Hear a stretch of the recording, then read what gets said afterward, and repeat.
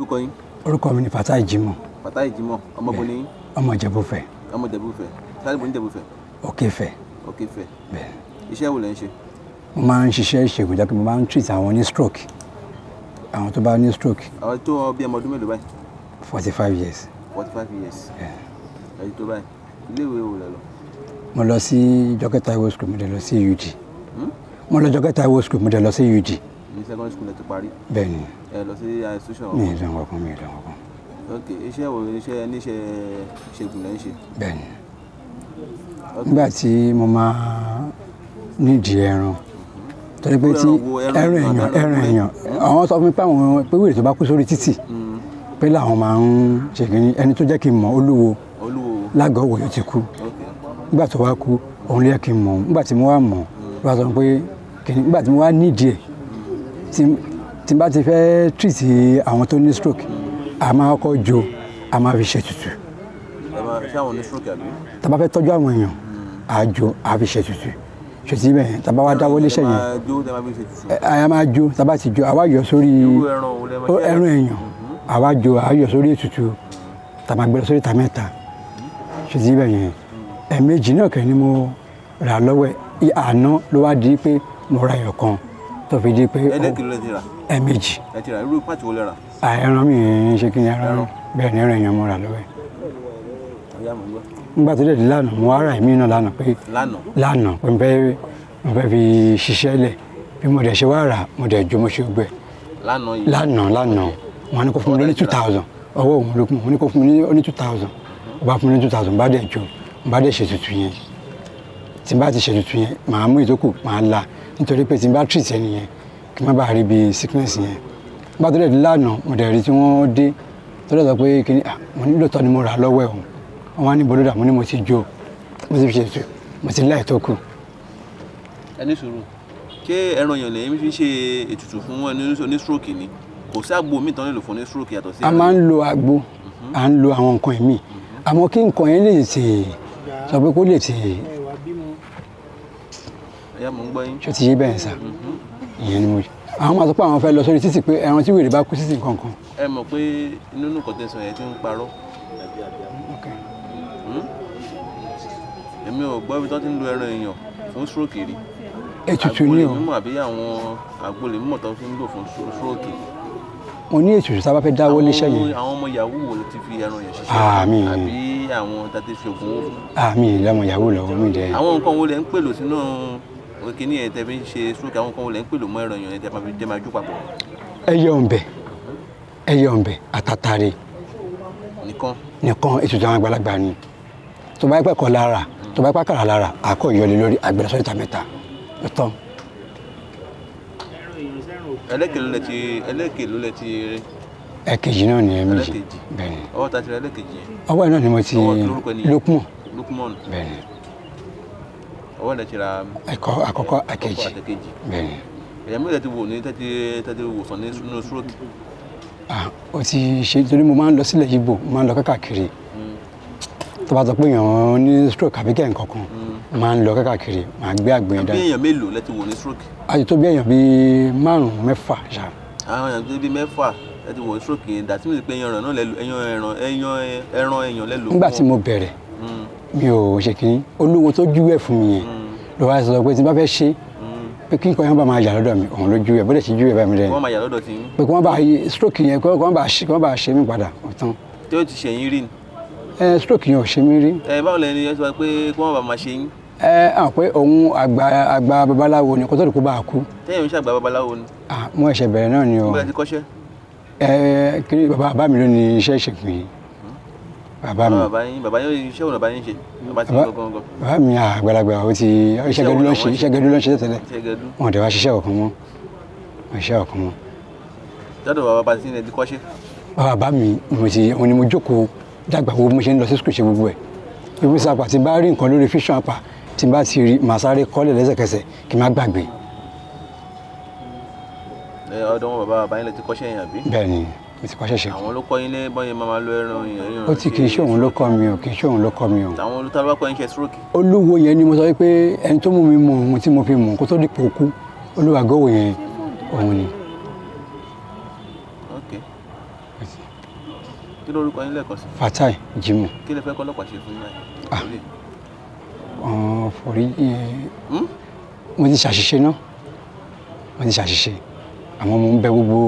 ẹni sọ̀rọ̀ ọmọ mi lẹ ti bí. ọmọ méjì péré mo bí. méjì kí ló dé ṣe máa lo àwọn ọmọ tí ń yẹn fún kẹgé ẹran ara tiwọn kẹkọọ má pa wọn kẹkọọ gé ara wọn kí wọn fi ṣe ètò fún àwọn tẹ́ ṣe ètò fún tàbí kẹ gé ìkan lára ẹran tí yín kẹ fi ṣe ètò fún ẹni tẹ́ ṣe ètò fún. ẹ dáhùn question yẹn. dáríjì mi. mo béèrè question ni o. ó yé mi ó yé mi. mo ní kí ló dé lo ẹran ara ti yín tàbí táwọn ọmọ yín kẹ gé lára ẹran tiwọn kẹ fi ṣe ètò fún àwọn tẹ́ ṣe ètò fún. èmi mọ̀ pé bọ́ ṣe èmi rò pé wọ́n gbàgbọ́ pé àwọn èèyàn tó wà ní títì nǹkan mi ò. ṣé èèyàn ti kú sí títì ni tẹ́yìn ní ọ̀kan tó kú sí títì tán fẹ́ lo ara èèyàn ẹ̀ tẹ́yìn fẹ́ lò àbẹ́yìn wa mọ́tò lẹ́yìn fi mọ́tò gbáyàn tó wá kú sí títì. mi ò wá mọ́tò. báwo wọ́n gbà tẹ́yìn ń ra ẹran èèyàn wọ́n ń ta ẹran èèyàn fẹ́yìn ẹ̀yin ò béèrè pé ẹni tó kú sí títì ṣé èèyàn ti yín kan kú sí títì àbí báwo ni. òun fi mí pé kílódé tẹ́ lo ẹran ìyá àwọn ọmọ tiyín àti tiyín gangan ìyàwó yín kọ́. kò sí lọ́dọ̀ kò sí. kílódé tó sí lọ́dọ̀ yín. a ti jà tipẹ́tipẹ́ sà a ti jà. kí lorúkọ yín lẹ́ẹ̀kan sí. Fatai Jimoh. Fatai Jimoh. bẹ́ẹ̀ sà. kí ni orúkọ yín. Akim Bello orúkọ mi. Akim Bello. Akim Bello. bẹ́ẹ̀. ọmọ bo ni. ọmọ Kwara State. Kwara níbo ní Kwara. Òmùaran. Òmùaran yes. ní Kwara. ibo lẹ iléèwé ibo lẹ lọ. primary school AUD school tó ń Ìjẹ̀bú. Ìjẹ̀bú lẹ dàgbà sí. lẹ́bẹ̀rẹ̀ náà bí mi sí. ẹ tó ọmọ ọdún mélòó báyìí. 45 years. 45 years. 45 years ni iṣẹ́ wo gangan lẹ́yìn láyọ̀ láti máa ṣe. iṣẹ́ létí dọ̀tọ̀ oníṣègùn ni mí. ibo lẹ ti kọ́ṣẹ́. àti ilé ni iṣẹ́ dáàdì mi ní láti kékeré kan tó kúrò níbi kan tó di pé wọ́n dàgbà wọn lọ. ní Ìjẹ̀bú lẹ ti kọ́ṣẹ́ àbí ní.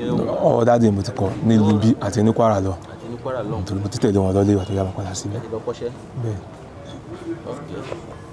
ọmọ mi lẹ́bi. 4. mẹ́rin. bẹ́ẹ̀. ìyàwó yín kọ́. ó wà ní oyún karùn-ún. ó wà ní oyún karùn-ún. ó wà ní. inú oyún. inú oyún karùn-ún báyìí. ok kí ni nǹkan tó gbé yín dé ọgbà ọlọ́pàá. nípa ọ̀rọ̀ èèyàn tí wọ́n pa ló gbé mi débi. nípa èèyàn tó pa. tí mo máa ń ra materials lọ́wọ́. ẹ máa ń ra materials lọ́wọ́ tí wọ́n. bẹ́ẹ̀. irú àwọn páàtì wo lẹ́yìn jìrà lọ́dọ̀ àwọn ẹni lọ́wọ́ bàbá yìí. lukú ti ta orí fún mi rí. orí. bẹ́ẹ̀. àti kítún ni àtàwọn kan wò. bíi ara ẹran. orí yẹn èlò lè ra orí. orí yẹn nígbà yẹn bí 40,000 ni ó ti lé lọ́dún láti ẹ̀ náà ní ṣá. láti ẹ̀ náà ni lè ra orí. kí lẹ tútù rà. máa ra ẹran lọ́wọ́ ẹ̀. ẹran irú àwọn ẹran. ara ẹran kú. ara ẹran. bá ń ṣe ara ẹran bẹ́ẹ̀ ni. ara ẹran màálù àbí ẹran. ara èèyàn. ara èèyàn bẹ́ẹ̀. ẹ máa rà lọ́wọ́ wọn.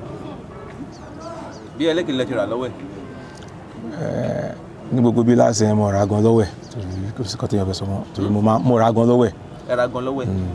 ó dẹ̀ ní iṣẹ́ tí mo máa fi ń ṣe orúṣẹ́ tí ẹni yìí ń sọ àgbékalẹ̀ bóyá kò ṣe gbé kalẹ̀ kọ́ nìyẹn mo máa ń tọ́jú àwọn tó bá ní kidney problem àbí heart mo ní iṣẹ́ yẹn ó dẹ̀ ní bá ṣe máa ń tàbá tẹ odù yẹn sí tán tàbá pè téèyàn bá sick gan tó bá fẹ́ kú tàbá fi gbé ó máa dìde mo ti ṣe ẹ̀gbọ́n mi gan tó padà bá a di pé ó padà bá a kú mo ti ṣiṣẹ́ yẹn fún ẹ̀gbọ́n mi obìnrin rí tó dẹ̀ rí mo ti máa fi ń ṣiṣẹ́ fún yàn téèyàn bá sick gan téèyàn bá fẹ́ kú tó bá yẹ pé agẹ́tì pé kidney problem ló ń ṣe nìyẹn àwọn wò pé bóyá wọn lè ó ṣeé ṣe kó má lè tọ́jú ẹ̀ ní hospital bí kankan bẹ́ẹ̀ yẹn tàbá ṣètùtù yẹn tàbá pohùn sí nílẹ̀ Yorùbá ó máa ń change bí sọ́dí ìkẹyìn yẹn sùn kí everything ṣe mo máa ń lò fún.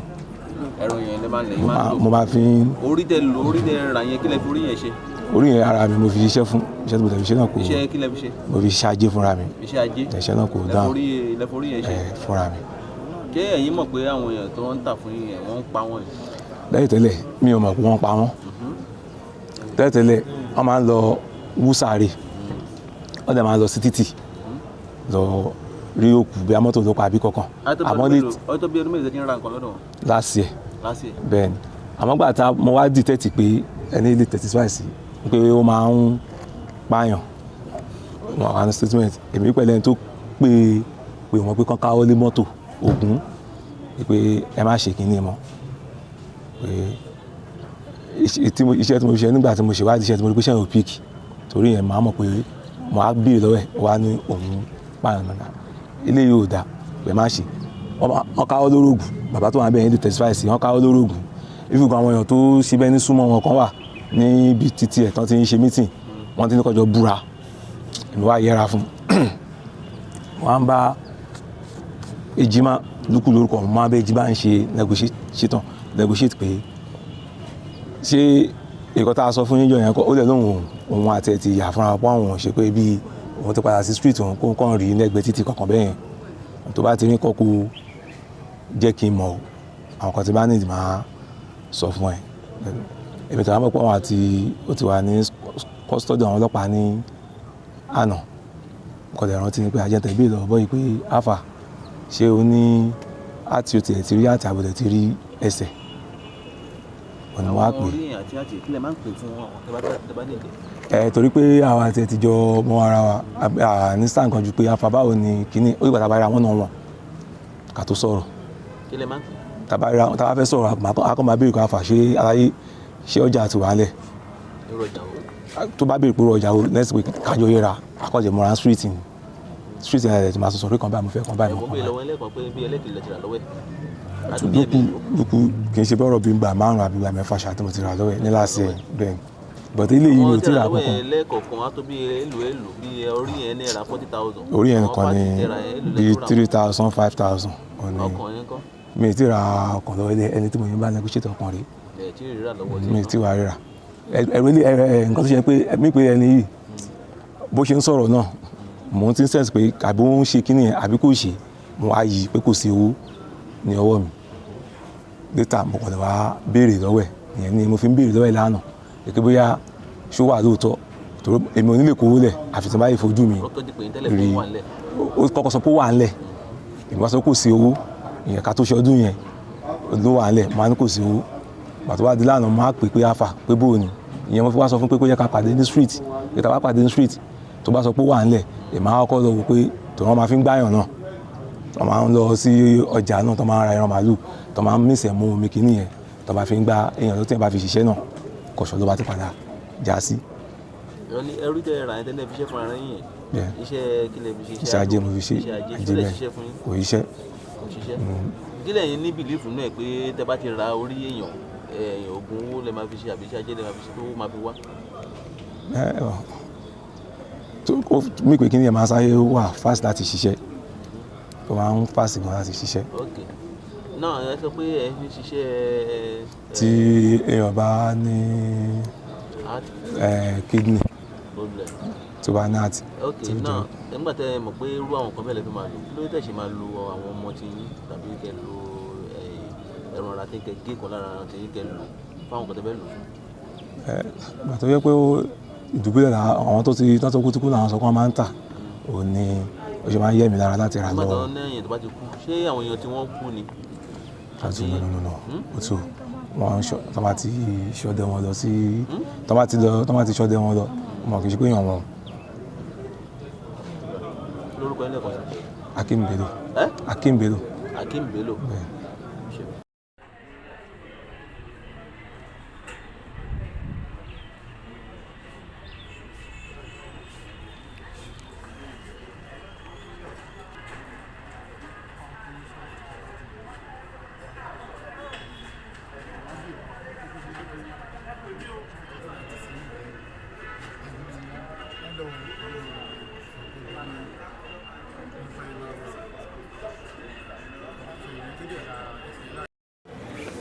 As those such persons are going to be visited by the full weight of the law. No such crime has ever been committed in Ogun State without being detected. And that is why we will continue to expose them, we will continue to name and shame them. And I want to advise members of the public, especially our young ones, that there is nothing like money-making rituals. The only money-making ritual that is certain is your hard work and prayer for God's blessing. And our women too, they should be very, very careful. Whenever they were going somewhere, they should at least confide in one person at least. One person is supposed to know your whereabouts, so that if anything happens, we will know where to trace such person. This will serve as a lesson to the likes of these people who are deceiving themselves that they can make money, they can make a ritual for some people to get rich quickly. If there is anything like money-making ritual, all the super rich in our society, how many human heads would they have been used? That is to tell you that there is nothing like money-making ritual. These people, they are going to face the full wrath of the law. They will be arraigned in court as soon as possible. Thank you very much.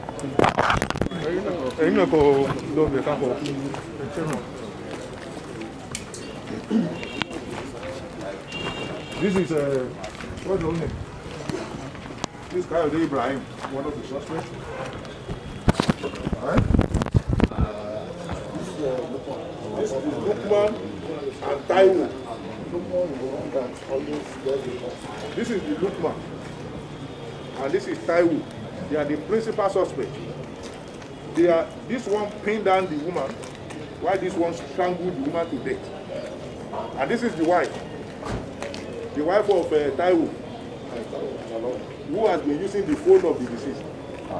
As if we use his picture as the wallpaper on the phone of the deceased. Yes. Definitely, she's aware of what her husband is doing. So, this one, this is what's her name? This is Adébáyọ̀ Alebiosu. Unfortunately for this one, while all this one has been in custody, this one was calling them that is that thing ready? No. That other one. He was calling them whether the head is ready. So he was the one who was negotiating to buy the legs and the hands. So they are all here, and these are their instruments. This one happened beside is an Nabali. This container. No, open. All these things. That's nothing. See